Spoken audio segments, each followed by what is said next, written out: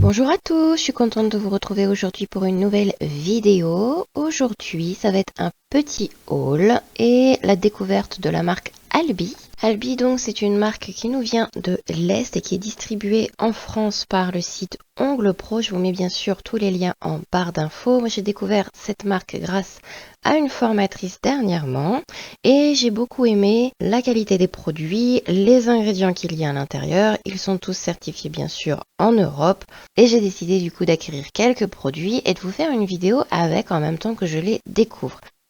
Je venais, quand j'ai filmé, juste recevoir les produits. Donc, j'ai reçu 2 gels. Ils font partie de la gamme Sculptural Gel. Ils sont adaptés au sans limage. Donc, bien sûr, ils sont auto-égalisants. Moi, j'adore les gels auto-égalisants. J'adore me limiter au maximum le limage. Ça facilite la vie, je trouve. Ils ne sont pas monophases. Donc, vous devez mettre une base sur votre ongle avant de les appliquer. Mais vous pouvez rallonger, renforcer et construire les ongles avec sans problème. J'ai pris 2 couleurs. Le demi-ours et j'ai pris aussi le Sculptural Gel pailleté. C'est très joli, il y a plein de fines particules irisées à l'intérieur, c'est trop beau. Ce qui m'a tout de suite plu chez Albi, c'est leur gamme de rubber base. Ils ont tellement de rubber base, c'est un truc de fou. Des pailletés, des incrustés avec des grosses paillettes, donc la gamme yogourt. Il y a la gamme unicorn avec plein de belles couleurs. Incroyable, je les veux toutes. Non mais là, je me suis contentée quand même de deux de la gamme Potal. Ce sont des rubber bases qui contiennent des feuilles d'or en fait à l'intérieur. Alors avec ces rubber bases qui ont une consistance assez épaisse, ça donne plus de dureté à l'ongle. Ça s'utilise donc sur les ongles normaux de préférence et c'est une base caoutchouc auto-égalisante qui permet de faire un léger apex. Par contre, ces bases rubber s'utilisent d'après la marque avec quand même une base flex en dessous. La base flex, je l'ai prise aussi et je vous la montrerai plus tard quand je ferai la démo sur mes ongles. Mais elle me plaît aussi beaucoup, je dois dire, avec sa consistance un peu épaisse.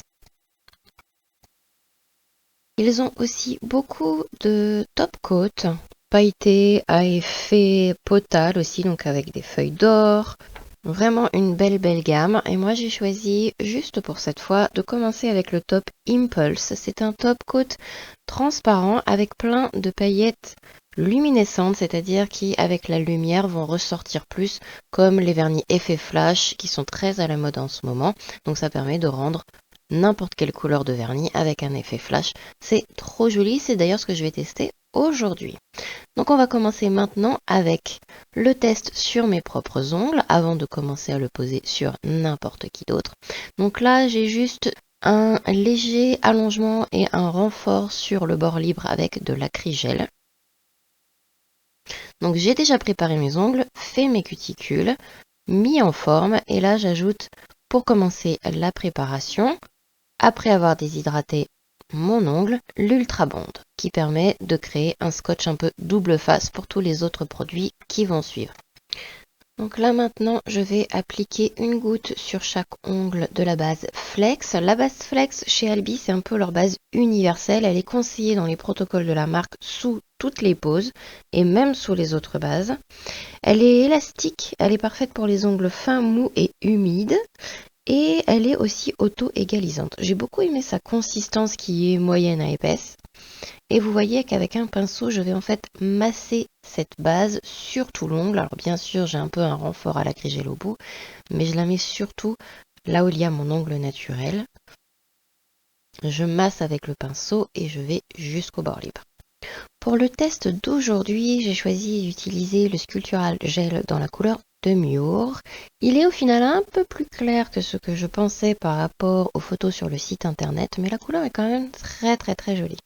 Au niveau de la consistance, il me rappelle un gel de chez Nails Company qui est comme ça un peu élastique, donc consistance moyenne, élastique, à voir après si ça vous plaît ou pas, mais c'est vrai que pour faire les retouches par exemple, c'est un gel qui a une consistance assez sympa, donc voilà, je vous le dis au cas où. Je vais en tout cas moi commencer à faire donc du coup mon remplissage.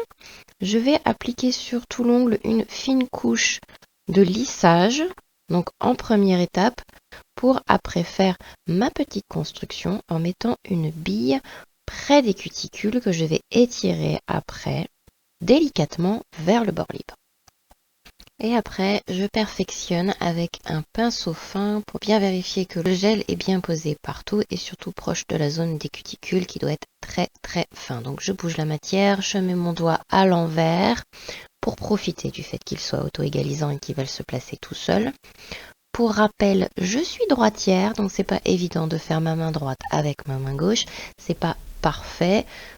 On s'améliore au fur et à mesure, mais c'est vrai que j'arrive pas à faire aussi bien ma main gauche étant droitière que ma main droite. On fait ce qu'on peut. Vous étiez nombreux à vouloir voir comment je faisais, donc voilà.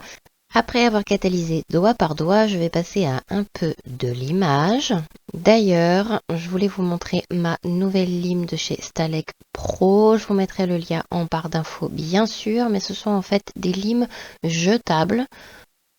Et je trouve ça hyper pratique et super hygiénique. Vous pouvez la changer à chaque fois pour chaque personne que vous allez vous occuper. Et surtout, la tranche est hyper sécurisée, ce qui est super. Donc, je refais un peu la mise en forme en fait de mes ongles après avoir posé le gel. Et je vais limer donc la forme et vérifier l'épaisseur sur le bord libre.